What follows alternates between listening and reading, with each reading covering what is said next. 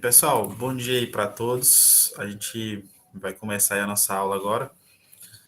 Vocês estão conseguindo me escutar bem? Todo mundo está conseguindo me ouvir? Sim, dá pra escutar bem. Beleza, então Sim. vamos lá. Pessoal, na aula de hoje, eu estava planejando comentar com vocês as questões desse exercício, né? Só que para isso eu teria que ter botado talvez o prazo para vocês me entregarem ontem à noite. Daí eu coloquei, na verdade, o prazo para hoje, então vocês têm até hoje à noite para entregar. Então, eu não vou conseguir discutir aqui na aula de hoje, porque eu vou dar oportunidade para todos realizarem esse exercício. No entanto, eu vou fazer diferente. Então, quem fez o exercício, todos que fizerem, eu vou lá no chat do Class 1 e vou dar um feedback por lá, né? Falar qual questão que acertou, qual questão que errou, por que errou, esse tipo de coisa. Para a gente ganhar tempo aqui nas nossas discussões aqui sobre cinética e química. Tá? Então, ao invés de discutir geral hoje, né? Já que poucos fizeram, então, e vocês ainda estão no prazo, né? Então, eu vou deixar até o final do dia para vocês terminarem, e aí, à medida que o tempo for passando, pode ser até amanhã, eu vou colocando no chat e vou comentando com cada um, cada caso específico. Beleza, gente? Na semana passada não, nessa semana também, dia 3 especificamente, eu postei lá para vocês uma videoaula sobre resolução de exercícios de velocidade média, né? Que foi aula gravada, né? Então foi um material assíncrono, digamos assim.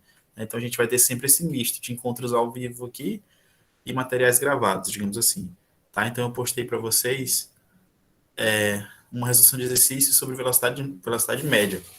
Vocês puderam perceber que a maioria dos exercícios, ou grande parte desses exercícios, conseguem ser resolvidos por regra de três, né? Inclusive no vídeo eu falei sobre isso. No entanto, vocês vão precisar saber fazer regra de três, né? Aí alguém vai falar assim, professor, uma regra de três é fácil demais, eu sei fazer a regra de três tranquilo. Beleza, isso, a regra de três de fato é muito fácil. No entanto, o principal cuidado que vocês vão ter que ter é a atenção que vocês vão ter que ter com a relação das grandezas, né? Porque, por exemplo, eu sei manusear a regra de três, porque é só multiplicação e divisão. Só que o jeito que você tem que relacionar uma grandeza com a outra é que vai fazer sua regra de três ter sentido. Porque não adianta nada você, na sua cabeça, achar que sabe, saber fazer as multiplicações e divisões, mas você pegou duas coisas, duas relações que não existem ali na questão. Então você vai, consequentemente, fazer a regra de três toda certinha, mas vai errar porque você pegou a relação errada. Então é importante que vocês se atentem para isso, tá? Então eu queria só falar sobre, abrir esse parênteses para falar sobre isso em relação às questões de velocidade média. E a gente viu também, né, vimos também em aulas anteriores, a questão de velocidade instantânea, né, que é a velocidade que a gente mede ali no instante da reação, né, que é de fato a velocidade que a gente vai trabalhar aqui no resto da disciplina, pelo menos essa parte aqui de cinética e química, tá?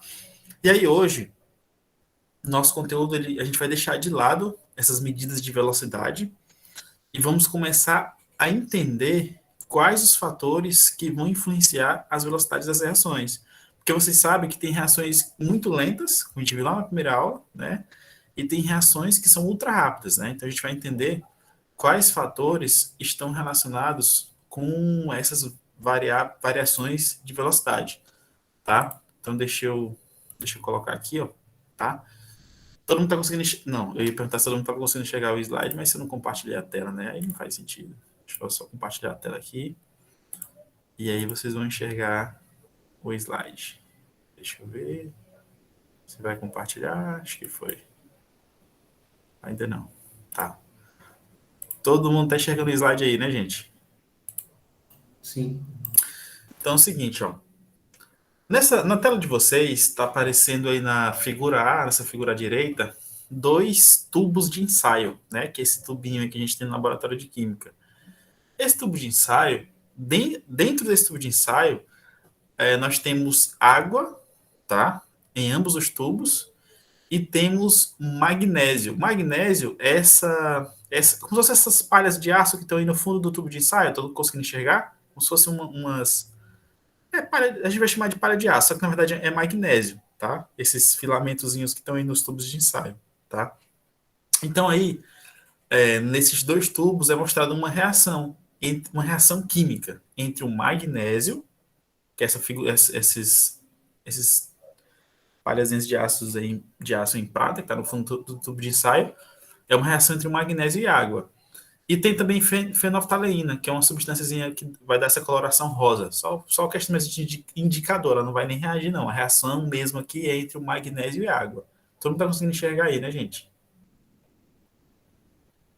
Sim. E aí vocês estão percebendo que eu tenho dois tubos de ensaio, certo? E os dois tubos têm as mesmas substâncias, água, magnésio e fenolftaleína. No entanto, vocês estão percebendo, e aí a gente colocou no laboratório, colocaram essa reação, essa fotografia está mostrando isso, colocaram essa reação para iniciar no mesmo período, no mesmo tempo, tá? Elas foram feitas simultaneamente. E aí vocês estão observando que o tubo de ensaio 2 é diferente do tubo de ensaio 1. Estão conseguindo observar isso? Sim.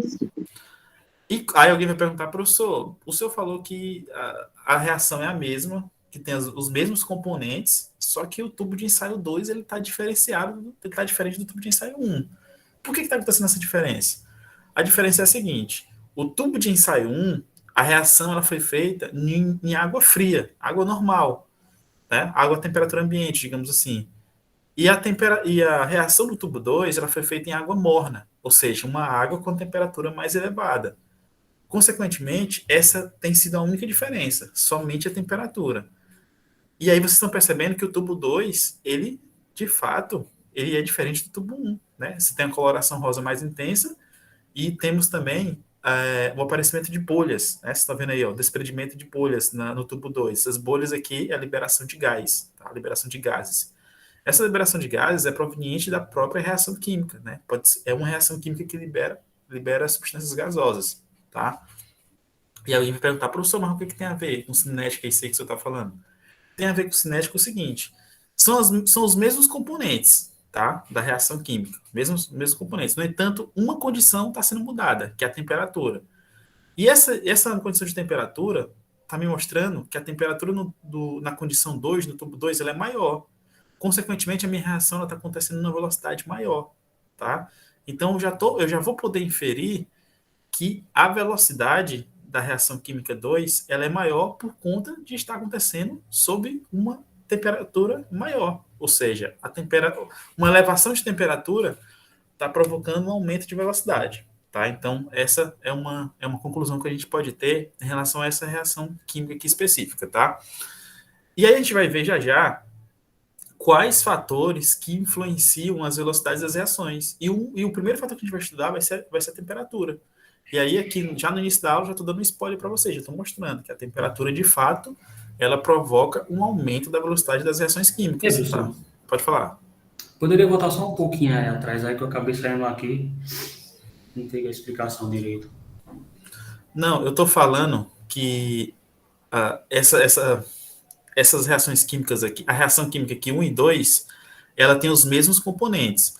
A única diferença é que no tubo de ensaio 2, eu tenho uma temperatura elevada. Ou seja, no tubo de ensaio 1, a reação foi feita sobre água fria, normal, temperatura ambiente, e no tubo de ensaio 2, a reação química foi feita sobre água morna. Aconteceu utilizando água morna, ou seja, uma água com temperatura elevada. E vocês estão percebendo que no tubo 2, a minha reação química ela está acontecendo com uma velocidade maior. Por quê? Porque ela já mudou a coloração, já está liberando gás, então, de fato, a reação está progredindo mais rapidamente. E essa progressão numa alta velocidade está relacionada com o aumento de temperatura. Por quê? Porque no tubo 2 eu estou utilizando água morna. E aí alguém vai falar assim, professor, mas no tubo 1 a reação vai acontecer também? Vai ter liberação de gás, vai ter todas essas coisas? Vai, só que vai demorar mais. E é tão tal que vocês estão vendo que no tubo 2 a reação já está mais adiantada, já mudou de cor, já está liberando gás. E no tubo 1 não tem nada disso ainda, tá? Então é importante que vocês tenham em mente isso. Então o que influenciou, professor, para os dois tubos estarem diferentes? Foi apenas a variação de temperatura. Ou seja, o aumento de temperatura favorece um aumento de velocidade. Ou seja, sob elevadas temperaturas, as reações irão acontecer mais rapidamente. Então, a gente vai estudar isso aí daqui a pouco, né? Que são os fatores que influenciam as velocidades das reações. Entre esses fatores, o primeiro é a temperatura. Então, essa figura aqui, esse primeiro slide, foi uma espécie de introdução, um spoiler já falando para vocês que a gente vai estudar fatores que influenciam fatores que influenciam a velocidade das reações. Deu para entender, gente? Todo mundo? Estou falando muito rápido. Não, de boa. Deu pra entender. Tá dando pra entender. Tá. Deixa. Eu vou ter que. Daqui a pouco, se entrar mais pessoas, eu vou ter que conectar o celular para não ficar atrapalhando aqui o slide. Vamos lá. Então é o seguinte, ó. Então agora tem uma pergunta aqui, gente, ó. A pergunta é assim, por que se verifica a diferença de comportamento observada na fotografia, né? Então a gente já acabou de comentar isso, né? Essa diferença de comportamento é devido à questão da temperatura, né? E aí tem outra pergunta também, que fatores alteram a rapidez das reações? Ou seja, que fatores alteram a velocidade das reações? Então é isso que a gente vai estudar na aula de hoje, tá? Então vamos lá. E aí, gente, antes de estudarmos os fatores que influenciam a velocidade de uma reação, a gente precisa entender como as reações ocorrem, como a reação química ocorre. E aí eu queria perguntar para vocês, como que vocês acham, né, que o primeiro passo para uma reação química ocorrer, o que vocês acham? Imaginando assim, eu tenho uma substância A, tenho uma substância B, aí a substância A ela é azul, a substância B é verde, eu vou misturar as duas e do nada vira uma substância vermelha, né? Do nada vira, quando eu misturo as duas no mesmo tubo, no mesmo beck ou no mesmo tubo de ensaio. E eu queria perguntar para vocês, como que na cabeça de vocês, como que as reações químicas ocorrem? O que tem que acontecer para uma reação química acontecer? A primeira coisa que tem que acontecer, o que vocês acham?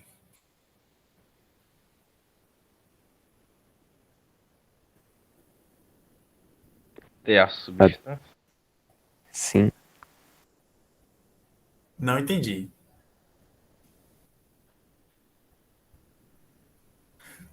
Tem que acontecer uma coisa de cara. O que tem que acontecer?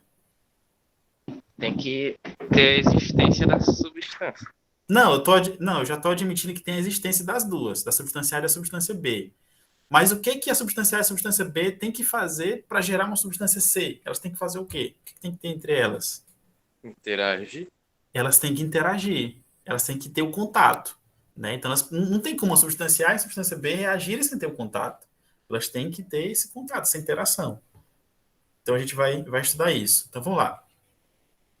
Então, para duas substâncias ou mais elas reagirem, são necessárias duas condições primordiais, tá? Duas condições importantes. A primeira condição é preciso ter contato. Então, para ter contato, eu tenho que ter uma superfície de contato, né? Então, obviamente, para uma reação acontecer, os reagentes eles precisam ter uma superfície de contato para poder ter essa interação, tá? Outra coisa, elas precisam ter também afinidade química, tá? Elas precisam ter afinidade, porque não adianta nada. A substância A e a substância B ter a superfície de contato, mas elas não têm afinidade. Não vai servir para nada. Elas precisam ter essa tal afinidade química, tá? Para poder favorecer essa interação. Então, são duas coisas que a gente precisa entender, são duas condições necessárias para que haja uma reação química, tá? Essa superfície de contato e essa tal afinidade química, beleza? E aí, gente, existe uma teoria que explica uma teoria que explica como que as reações químicas ocorrem. Um modelo que ajuda a explicar isso. E o nome desse modelo é chamado de teoria das colisões. É uma teoria que procura explicar como que as reações químicas ocorrem, tá? Então, essa teoria das colisões, ela é engraçada e ela é bem simples, bem boba. Ela fala assim, ó, que para uma reação química acontecer efetivamente, é necessário que tenha a colisão dos dois reagentes. Ou seja, tem um reagente A, tem um reagente B, para a reação química acontecer, eles têm o quê? Ó? Eles têm que colidir. Tá? Sem essa colisão, que a gente vai chamar de interação também, a reação química não vai acontecer de fato. Então, aqui na tela de vocês, é mostrada uma reação química entre o H2, que é o hidrogênio gasoso, ele está reagindo com o I2, que é o nosso iodo gasoso. Essa reação, ela está acontecendo sob uma elevada temperatura. Essa temperatura é 450 graus Celsius. Então, imagina, quando está 40 graus, a gente já sente um calor absurdo, e realmente é um calor absurdo, imagina 450. É uma temperatura altíssima, elevadíssima. Tá? Então, aqui eu tenho dois gases, o hidrogênio e o iodo. Esse hidrogênio e esse iodo, eles vão reagir entre si para formar uma terceira substância, que é o nosso iodeto de hidrogênio, o HI, tá? Também no estado gasoso. Então, isso aqui é uma reação gasosa. Então, o que a teoria das colisões ela estabelece para que essa reação ocorra? Ela estabelece o seguinte, ó, nos reagentes, né, eu tenho uma molécula de H2 e uma molécula de 2, que elas irão se aproximar com bastante velocidade. Então, aqui, a primeira informação é essa, ó. Eu tenho uma molécula de H2 e tenho uma molécula de 2, tá? Então, essas setinhas aqui, ó, tá me indicando que elas irão se aproximar. E essa aproximação, gente, vai acontecer com elevada velocidade, tá? Uma aproximação com elevada velocidade. Alguém vai falar assim, professor, mas que velocidade é essa? Essa velocidade, ela vai acontecer principalmente porque a reação está acontecendo sobre uma alta temperatura. E a temperatura, ela mede o grau de agitação das partículas. Então, se você tem uma elevada temperatura, as partículas vão estar muito loucas lá dentro do recipiente, tá? Então, se tem 450 graus, é uma temperatura altíssima, elevadíssima. E como que a gente está trabalhando com gases, né? Essas moléculas de gases vão estar se movimentando dentro do recipiente em altas temperaturas. E esses movimentos vai ocasionar o quê? Vai ocasionar choques, né? Não tem como você aumentar a temperatura e as partículas ficarem em movimentos ordenados. Não adianta, elas vão estar loucas, né? Movimentos aleatórios e loucos, assim. Bem loucos que eu falo desordenados. E esses movimentos aleatórios e desordenados vai provocar o quê? Vai provocar choques. E esses choques irão acontecer sobre altas velocidades, devido a essa minha temperatura elevada, tá? Então, como essas reações, como essas moléculas elas estão em movimento, vai acontecer o quê? Vai acontecer aqui, ó, já vamos para essa parte, ó, vai acontecer o nosso famoso choque. Ou seja, as moléculas elas irão colidir violentamente, tá? E aí, quando acontecer essa colisão, depois que acontecer essa colisão, elas vão separar já com um produto formado, tá? Então vai acontecer uma espécie de troca. Ó, vocês têm o H2, né? O H2 chocando violentamente. Aí um dos hidrogênios vai embora junto com o iodo, o outro hidrogênio vem embora junto com esse iodo. E eles já vão separar aqui, ó. Separa, tá? E aí, por fim, a gente tem o quê? A gente tem as moléculas de produtos formados, né? Que são as duas moléculas de HI. Tá? Então, tá um HI aqui e o outro HI aqui embaixo. Então, já estão separando. Então, elas estavam separadas, né? Tinha o H2 e o I2, chocou-se. Depois do choque, cada hidrogênio vai acompanhar o seu iodo e a nossa reação será finalizada com a formação do produto. Ou seja, a teoria das colisões ela estabelece isso, que para uma reação química acontecer, de fato, é necessária que haja uma colisão entre as espécies reagentes. Então, essa figura está mostrando isso, essa colisão específica que aconteceu aqui. Tá? Então, para acontecer a colisão, eu preciso de duas coisas, né? Para acontecer a reação de fato e a colisão específica. Eu preciso de quem? De superfície de contato, preciso ter uma superfície para interagir e precisa ter também uma afinidade química. Tá? Então, essa figura, ela mostra bem resumida, de maneira bem resumida, aquilo que a gente chama de teoria das colisões, tá? Então, o que é a teoria das colisões, professor? É uma teoria que ajuda a explicar como as reações químicas ocorrem. Tem outras teorias, professor? Tem, a gente vai ver daqui a pouco, mas essa é a primeira de todas, tá? Ou seja, é uma teoria que ajuda a explicar como a reação química ocorre. Pessoal, alguma dúvida, alguma curiosidade, está conseguindo entender? Eu estou falando numa velocidade muito acelerada? Parem. Tá tranquilo. Todo mundo conseguiu acompanhar?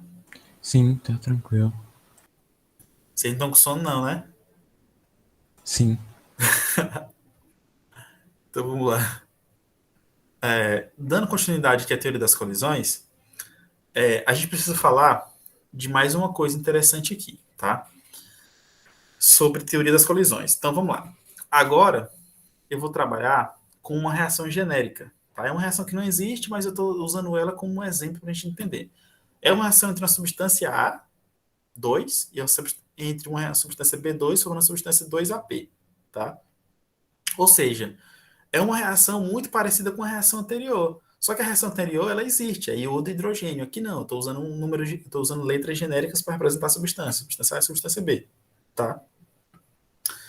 E aqui, gente, ó, eu tenho 3 colisões, tá? Ou seja, eu tenho 3 representações de possíveis colisões para essa reação. Eu tenho a representação 1, tenho a representação 2, tenho a representação 3, tá?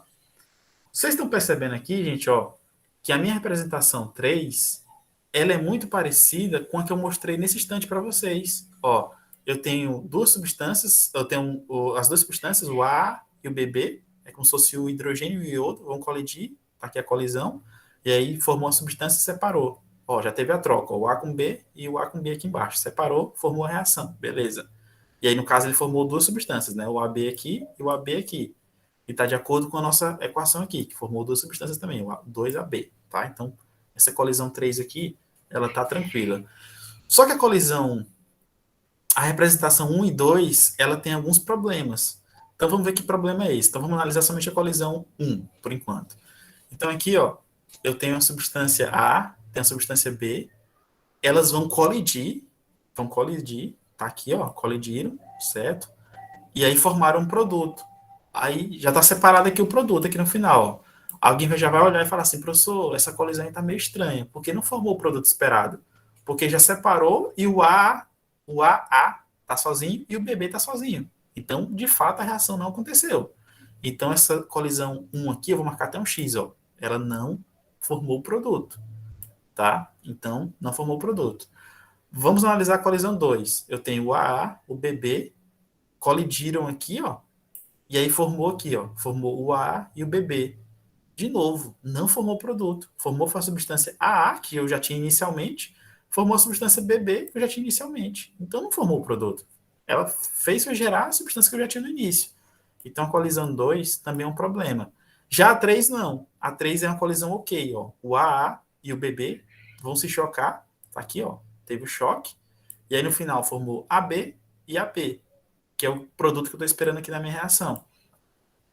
Aí alguém vai perguntar assim, professor, que estranho, o senhor disse que quando tivesse colisão as reações iriam acontecer. De fato, eu falei isso, que quando tivesse colisão a reação iria acontecer. Só que não é qualquer colisão que vai provocar uma reação química. A colisão ela precisa obedecer a algumas coisas interessantes, tá? Então vocês estão percebendo que aqui nos 3 casos teve colisão. Beleza, teve sim. Só que nem sempre teve formação do produto esperado. Tá? Então, somente a colisão entre as duas substâncias não me garante que vai ter reação química, não. Tá? É necessário que tenha algumas outras condições que sejam estabelecidas. Que condições são essas, professor? É necessário que a minha colisão ela seja efetiva, tá? Seja efetiva, ou seja, tenha um choque efetivo. E para acontecer esse choque efetivo, além desse choque acontecer com uma velocidade, com energia razoável para provocar o produto, é necessário que ele aconteça com uma orientação espacial favorável. Ou seja, envolve tanto uma questão de energia quanto uma questão de orientação espacial. Ou seja, a minha molécula AA e a minha molécula BB não é qualquer choque que vai levar à formação do produto. Esse choque precisa ter orientação espacial. E vocês estão percebendo aqui, no primeiro caso, a minha molécula AA ela está numa espécie de vertical e a molécula BB está na horizontal. Tem um choque meio que em T, né? Que é esse quadrado que eu estou marcando aqui agora. Ó, a orientação, tá? Você tem um choque que a gente vai chamar isso de choque não efetivo. Embora tenha acontecido choque, mas ele não teve uma colisão efetiva por conta da minha orientação espacial. Quando você vem aqui para o choque, para a nossa condição 2, também tem uma colisão. No entanto, é uma colisão também não efetiva, porque as duas moléculas elas estão se chocando meio que em linha reta, assim, na vertical, na horizontal, na verdade. Tá? Então, existe o choque, só que o choque não é efetivo. Se eu tenho um choque que não é efetivo, não é um choque forte, essas moléculas não irão se quebrar e não irão formar o meu produto esperado. Então, apesar de ter o choque, mas ele não serviu, ele não foi efetivo. Agora, na condição 3, ela é diferenciada. Você tem as duas moléculas batendo meio que de frente, tá? E quando elas batem de frente, eu tenho, além da questão do choque, eu tenho uma colisão, né? Eu tenho uma colisão efetiva por conta dessa minha orientação espacial. E quando eu tenho essa colisão efetiva, forte, as duas moléculas vão o quê? Vão se quebrar. E essa quebra vai favorecer a formação do produto. É como se na condição 1 e na condição 2, embora tivesse o choque, mas esse choque não foi tão vigoroso, tão efetivo, capaz de fazer quebrar as ligações químicas existentes entre as moléculas. E aí, se não quebrou as ligações, não vai formar novas ligações, vai permanecer as ligações anteriores. E aí não tem formação dos produtos. Já no choque 3, é tão violento que as ligações químicas entre as moléculas A e BB, elas se quebram e formam as novas ligações, que no caso é essa ligação entre o A e o B, e a ligação de baixo entre o A e o B, formando as duas substâncias AB, tá? Pessoal, mais uma vez, vocês estão entendendo o que eu estou falando? Eu estou falando muito rápido? Acho que alguém escreveu aqui no chat alguma coisa. Falem aí.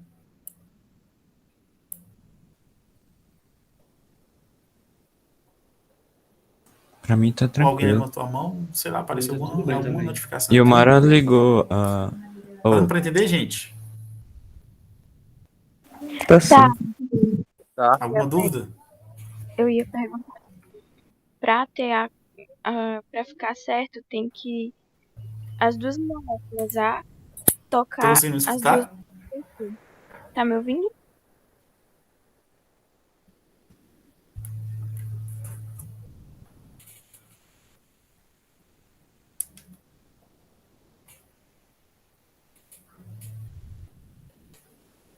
Não dá pra ouvir.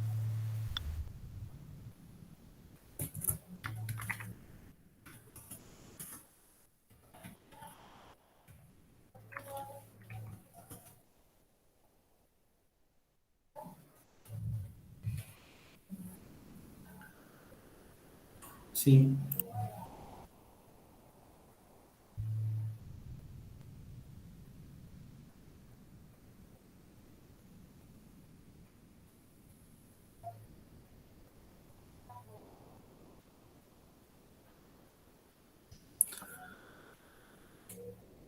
E deixa eu ver aqui. Eu não escutei. Quem que tava falando era. E o Mário? Mara. Pode falar aí, Mara. Pode abrir o microfone. Sinceramente, não saiu. Eu não escutei, não saiu o áudio aqui.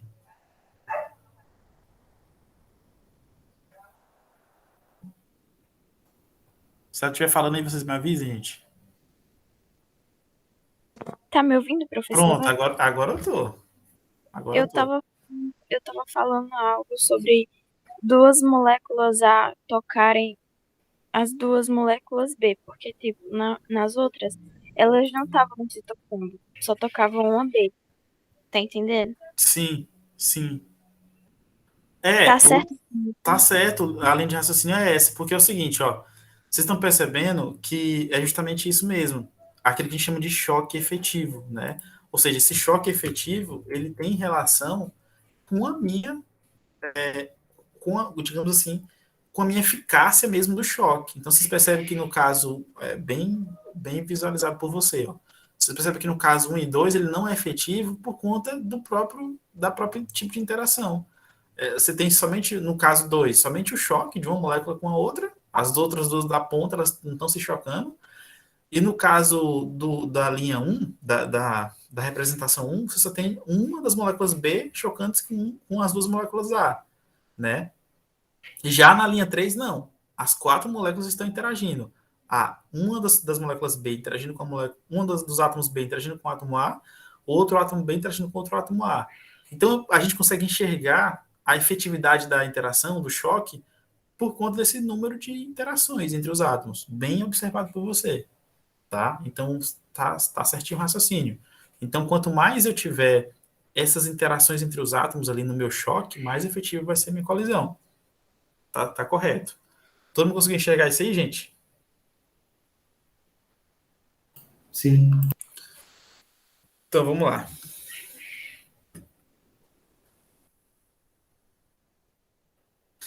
Então, vamos fazer aqui um resumo sobre a teoria das colisões, como que ela prevê... tipo assim, a teoria das colisões, ela prevê que a velocidade da reação ela vai sofrer influência de acordo com os tópicos que eu vou mostrar aqui para vocês agora, tá? Então, vamos lá. Então, a gente vai. Aqui o que eu vou mostrar para vocês é somente uma expansão da teoria das colisões, ou seja, eu vou dar mais características dessa teoria, de como ela é usada para prever a velocidade das reações, tá? Então, primeira coisa, além de termos o choque efetivo, tá? Choque efetivo, colisão efetiva, é necessário que a gente tenha uma frequência do choque entre as moléculas, tá? Ou seja, tenha um maior número de frequências de choques, tá? Então, o que que isso significa? Significa isso, ó. Um maior número de choques por segundo implicará um maior número de moléculas reagindo. Portanto, eu vou ter uma maior velocidade da reação. Então, o que que isso significa? Quanto mais choques eu estiver por unidade de tempo, significa que mais moléculas estarão reagindo. Consequentemente, maior velocidade eu vou ter. Ou seja, vou relacionar mesmo de maneira bem grosseira e bem geral. Quanto maior o número de choques, maior a velocidade. Lembrando que eu estou falando aqui de choques efetivos, não é qualquer choque. Então, quanto maior o número de choques efetivos, maior a minha velocidade. Então, a teoria das colisões ela já prevê isso para uma reação de fato acontecer. Então, já estou trabalhando com velocidade de reação aqui no caso, tá? Outra coisa, a energia desses choques, tá? Ou seja, essa energia geralmente está relacionada com a violência, né? Tipo assim, você tem uma energia, você tem um choquezinho bem tranquilo e tem um choque violento. Esse choque violento, ele tem mais energia envolvida, tá? Então, a energia desses choques significa o quê? Significa uma trombada violenta, chamada de colisão eficaz ou colisão efetiva, terá mais chances de provocar uma reação entre as moléculas do que uma trombada fraca, chamada de colisão não efetiva ou colisão não eficaz. Então, isso aqui a gente já viu, né? Já vimos, né? Ou seja, para a minha reação acontecer, para ela ter mais chance de acontecer, eu tenho que ter uma reação que tem uma energia eficaz e tem uma energia necessária para acontecer a reação. E essa energia ela vem de onde? Ela vem do choque efetivo, do choque eficaz. Tá? Então, a teoria das colisões vai prever isso também. Tá? Então, a gente já falou de frequência de choques e no tópico 2, no tópico B, falando de energia. Tá? E a energia está relacionada com quem? Com a violência desse choque. Tá? E aí, o 3 já é também uma coisa que acabamos de falar. Para uma orientação ser apropriada nesse choque, ou seja, uma orientação apropriada das moléculas no instante do choque, para mim ter essa orientação, é necessária a seguinte coisa. Ó. É necessário que tenhamos uma trombada de frente, ou seja, uma colisão frontal, como se fossem dois carros colidindo de frente, né? E essa trombada de frente, colisão frontal, ela será mais eficaz do que uma trombada de raspão, que é uma colisão não frontal. Esse fator, ele depende também do tamanho e do formato das moléculas reagentes. Ou seja, aqui vai cair naquela parte que a gente acabou de comentar, que a Ilmara falou para a gente também aqui, né, que ela conseguiu visualizar. Esse choque ele será efetivo se as moléculas elas tiverem uma maior interação. Ou seja, quando as moléculas elas irão trombar de frente, irão bater de frente, né, que é aquilo que a gente vai chamar de colisão frontal. Então, essa colisão frontal, é óbvio que ela será mais eficaz, mais efetiva do que uma trombada de raspão, por exemplo, uma colisão não frontal. E aí vai entrar dois fatores, né, que são importantes. Vai entrar a questão do tamanho da molécula, você vai ter uma maior superfície de contato, vai favorecer uma interação mais eficaz, e também o formato dos reagentes, né, o formato dos reagentes também influenciam isso. E esse conjunto de tamanho e formato de moléculas reagentes vai entrar numa coisa que a gente comentou anteriormente, que é a questão da orientação espacial. Ou seja, não apenas eu tenho que ter frequência, não apenas eu tenho que ter energia, mas eu também preciso ter uma orientação apropriada para acontecer o choque. Então, esses três tópicos aqui, o tópico A, B e C, eles são um resumo das condições necessárias para acontecer uma reação química sob o ponto de vista da teoria das colisões. Tá? Então, as moléculas elas têm que colidir, a frequência de choque está relacionada com a velocidade da reação, tem que ter a colisão efetiva, essa colisão efetiva depende da orientação espacial das moléculas. Tá? Então, aqui, gente, é um resumo geral da teoria. Então, a teoria das colisões ela é engraçada porque ela não tem matemática, pelo menos nesse nível aqui. Ela é apenas uma teoria qualitativa. Ela dá condições, ela fornece condições necessárias para que uma reação ocorra. É óbvio que no ensino superior, a galera que estuda essa teoria de maneira mais profunda tem algumas matemáticas aqui, algumas equações. Só que para a gente aqui do ensino médio, a gente não trabalha com isso. A gente trabalha apenas com informações qualitativas que essa teoria nos fornece para a gente prever se uma reação química vai acontecer ou não. Tá? Deixa eu voltar aqui, gente, no chat, porque eu acho que alguém falou alguma coisa. O Eduardo falou, ele digitou, sempre que as substâncias estiverem aquecidas, elas vão reagir mais rápido? Sim, sim. Até agora, nós não temos, Eduardo, exceções a essa regra na química, né? Então, geralmente, as substâncias, sempre que elas estiverem sob altas temperaturas, elas irão reagir mais rápido, principalmente se for gases, tá?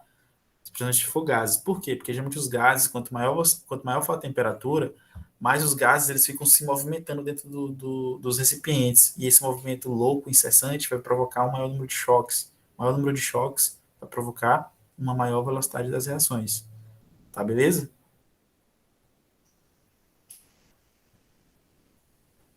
Todo mundo tá conseguindo entender aí, gente? Quem que falou aí? Quem que levantou a mão? Não deu para ver? Foi o Eduardo?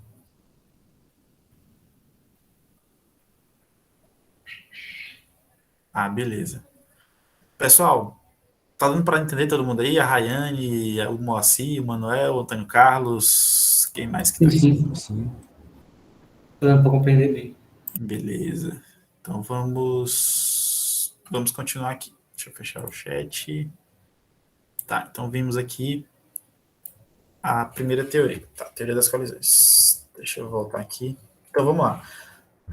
O que vamos ver agora já é o efeito das várias formas de energia sobre a velocidade das reações químicas. Então a gente vai estudar agora os efeitos de coisas externas nas velocidades das reações. O que vai influenciar? Então, essa primeira coisa que a gente vai estudar aqui já vai ser muito fácil, que é o efeito da temperatura na velocidade das reações. Então, tá aqui, ó, generalizando. Quanto maior a temperatura, maior será a velocidade de uma reação. Então, só para vocês entenderem o raciocínio. A nossa aula de hoje, o objetivo é estudar os fatores que influenciam a velocidade da reação, porque a gente está estudando cinética química. Cinética química estuda a velocidade e os fatores que a influenciam. Então, a gente está estudando isso agora, os fatores que influenciam. Só que antes de estudarmos esses fatores, é necessário que a gente entenda como que uma reação química ocorre. E aí, por isso que a gente estudou aqui a teoria das colisões, que é uma teoria que ajuda a explicar como as reações ocorrem. Alguém falou no...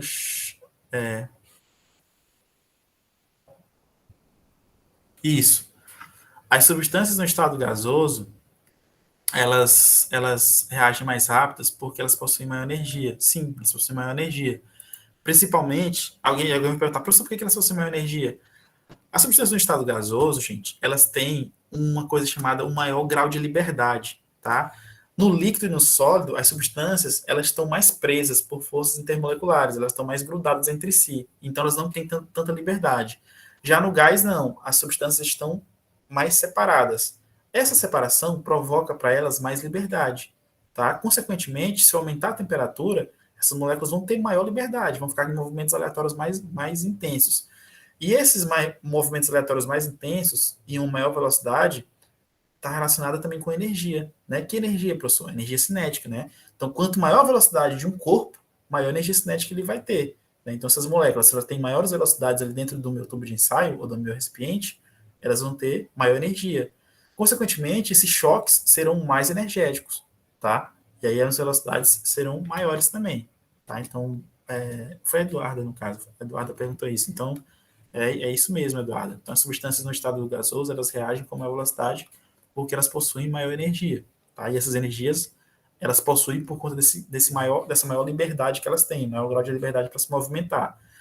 E aí, a gente sabe que esse movimento, né, está relacionado com energia cinética.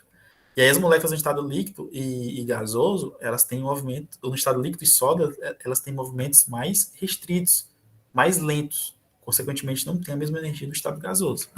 Tá? Então, boa pergunta. E é justamente isso mesmo, certo? Então, voltando aqui para nossos efeitos externos, né, sobre a velocidade das reações. Então, o nosso primeiro efeito que a gente vai estudar é a temperatura. Então, a gente já viu no início da aula, né? Quanto maior a temperatura, maior será a velocidade de uma reação. E aí aqui, gente, a gente tem um exemplo bem grotesco. Fala assim, ó, tem uma jarra de leite e um copo de leite. Fala assim, ó, o leite gelado, ele estraga mais devagar do que o leite a temperatura ambiente. Esse é um exemplo do fato de as reações químicas apresentarem maior velocidade com o aumento de temperatura. Isso aqui também, gente, é a base de nós todos utilizarmos a geladeira para conservar os alimentos. Porque os alimentos eles estragam por quê? Porque acontece uma reação química, né? A decomposição dos alimentos, né? E para a gente conservar esses alimentos, a gente coloca onde? Na geladeira, que está o quê? Diminuindo a temperatura. Se diminuir a temperatura, esse meu processo de estragar alimentos, ele é mais lento, tá? Ou seja, eu estou usando ali um conhecimento de cinética química para conservar os alimentos, tá? Então, é importante que vocês entendam sempre essa relação inversa. Aumentou a temperatura, mais rápido a minha velocidade irá acontecer, tá? Então, inclusive, tem esse tópico aqui, ó. Só para vocês entenderem no geral, ó. O aumento da temperatura, né? Alguém, inclusive, vai perguntar, né? Professor, mas por que o aumento da temperatura provoca aumento de velocidade? Esse tópico ele vai explicar isso, ó. O aumento da temperatura, ele vai me indicar um aumento da energia cinética molecular. Ou seja, aumentando a temperatura, as moléculas vão estar em movimentos maiores. Movimentos maiores indicam o quê? Maior energia cinética. Então, beleza.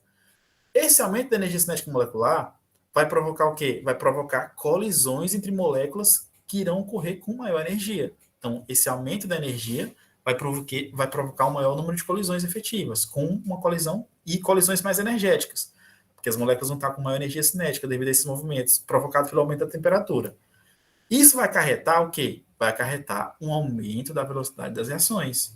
Então, se alguém perguntar para vocês por que o aumento de temperatura provoca um aumento da velocidade da reação, você já tem que lembrar.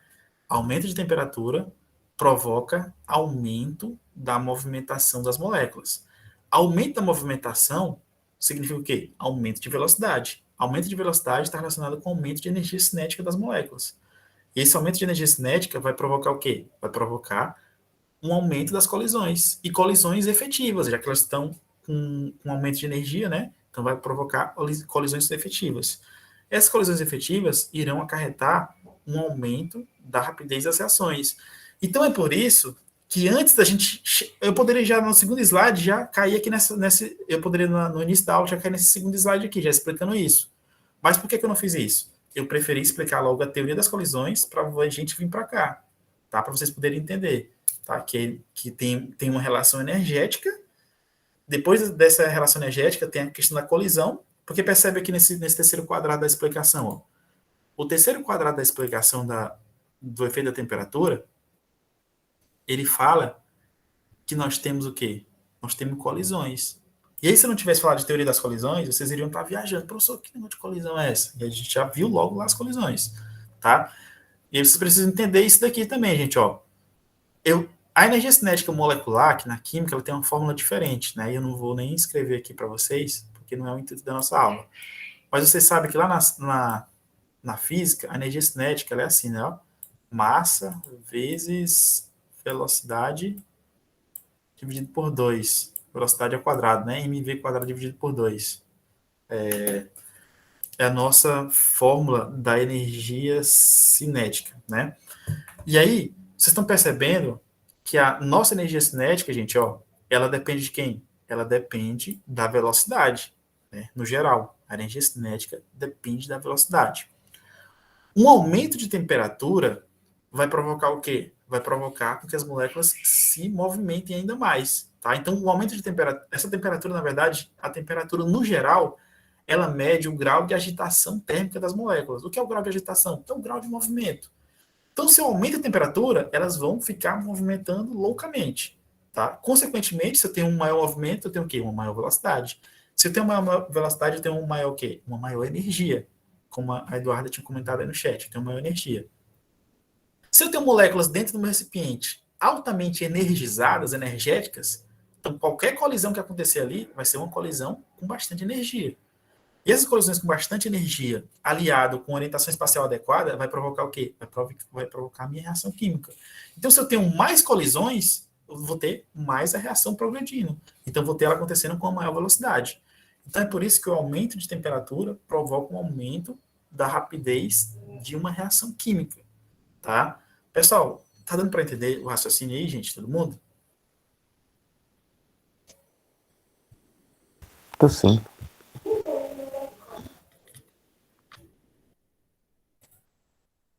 Se a minha internet não tiver caído. Todo mundo tá conseguindo entender, gente? Estão conseguindo me escutar também? Sim. Sim.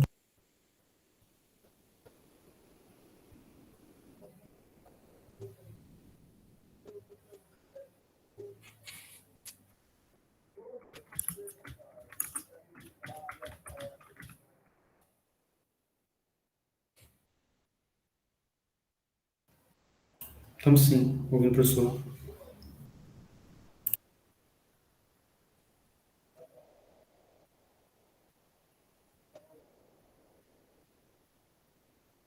Ah, beleza. É porque às vezes você tem que falar disso, senão eu penso que a internet caiu, porque a internet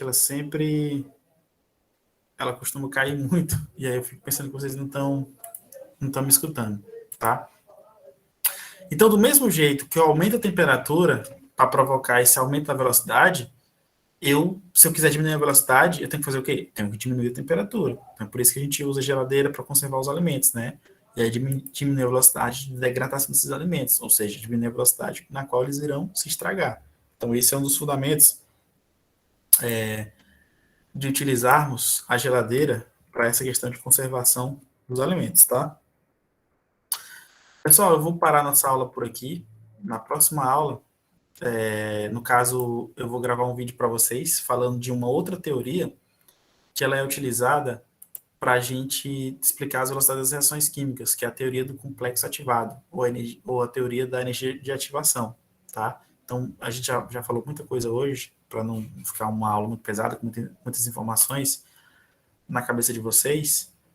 Eu vou parar por aqui, tá? E eu tenho uma reunião também daqui a pouco, gente, às 10, então eu vou parar a nossa aula mais cedo, tá? Outra coisa, quem não fez o exercício, gente, que eu postei, por favor, façam hoje, tá? Tentem anexar, entregar hoje, para mim poder já dar o feedback para vocês e a gente já passar para frente, tá, gente? E aí na próxima semana eu já vou estar postando para vocês a atividade avaliativa referente a esse conteúdo nosso aqui de cinética, tá? Então é importante que vocês estejam fazendo esses exercícios e irem treinando para quando chegarem lá na atividade avaliativa, vocês não tiverem muita dificuldade, tá? E porque química também é treinamento, né? E como que são os treinamentos? São exercícios, né? Não é somente leitura, não é somente assistir aula, é preciso treinar. Porque às vezes na aula a gente entende aqui, ele vai para o exercício, poxa, travou, não consigo entender, não consigo resolver essa questão. Então é importante que vocês tenham em mente isso, tá? Que é uma aliança dessas duas coisas. Leitura, assistir aula e treinamentos. Lembrando que no Class 1 tem um livro lá, tá? Eu mostrei na aula anterior, tem um livro do Feltri, volume 2. Quem quiser estudar por conta, já quiser adiantar conteúdo, ou quiser acompanhar, não tiver entendido a minha fala aqui, que às vezes é muito rápida, poxa, não entendi o que esse professor falou, ele fala muito rápido. Você pode ir lá no livro, fazer a leitura. Se tiver dúvida, anota, pode botar no grupo, pode entrar em contato comigo que a gente discute algum trecho que você leu e não entendeu. Tá? Então, o conhecimento geral, ele é feito com base nesses 3 pilares, né? Aula, leitura e treino. Treino é o quê? É exercício. Beleza, gente? Tranquilo aí para todo mundo? De boa. Pessoal, então até a próxima. Bom final de semana para todos aí. E bom dia, forte abraço e é nóis. Valeu, gente. Valeu, professor. Até a próxima. Feliz dia dos professores. Obrigado. Obrigado, gente. Feliz dia dos professores. Obrigado aí, pessoal.